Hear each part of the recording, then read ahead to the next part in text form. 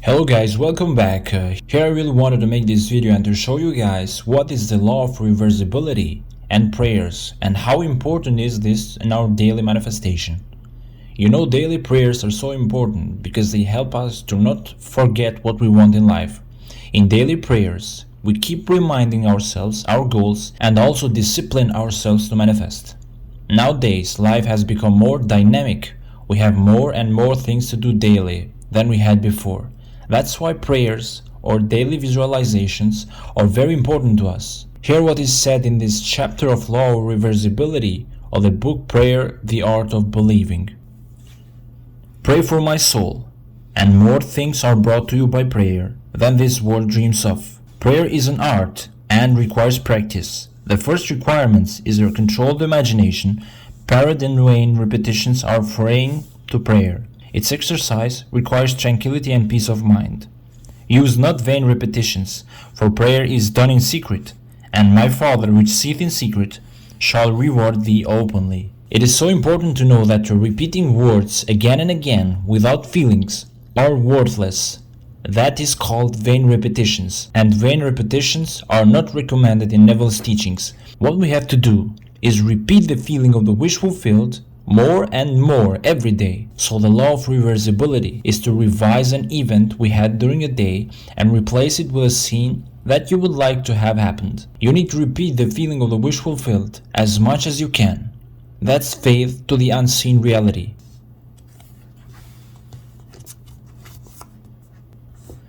This law is of the highest importance because it enables you to freeze the inverse transformation once the direct transformation is verified. If you knew how you would feel were you to realize your objective, then inversely you will know what state you could realize were you to awaken yourself to such feeling. The injunction to pray believing that you already possess what you pray for is based upon a knowledge of the law of inverse transformation. If a realized prayer produces in you a definite feeling or state of consciousness, then inversely that particular feeling or state of consciousness must produce your realized prayer. Because all transformations of force are reversible, you should always assume the feeling of your fulfilled wish. You should awaken within you the feeling that you are and have that which heretofore you desire to be and possess.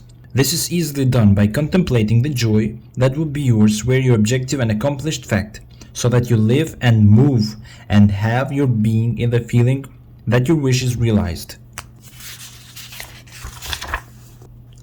The feeling of the wish fulfilled, if assumed and sustained, must objectify the state that would have created it. This law explains why faith is the substance of things hoped for and the evidence of things not seen, and why God He called things that are not seen as though they were seen, and things that were not seen become seen. So assume the feeling of your wish fulfilled and continue feeling that it is fulfilled until that which you feel objectifies itself. Here we have an example. If a physical fact can produce a psychological state, also a psychological state can produce a physical fact. If the effect A can be produced by the cause B, then inversely the effect B can be produced by the cause A. Therefore I say unto you, what things soever ye desire, when ye pray, believe that you have received them, and ye shall have them. Okay guys, that's it for this video. There are more and more videos like this that I want to drop next. So if you enjoyed this one, leave a like and comment, and see you in the next video.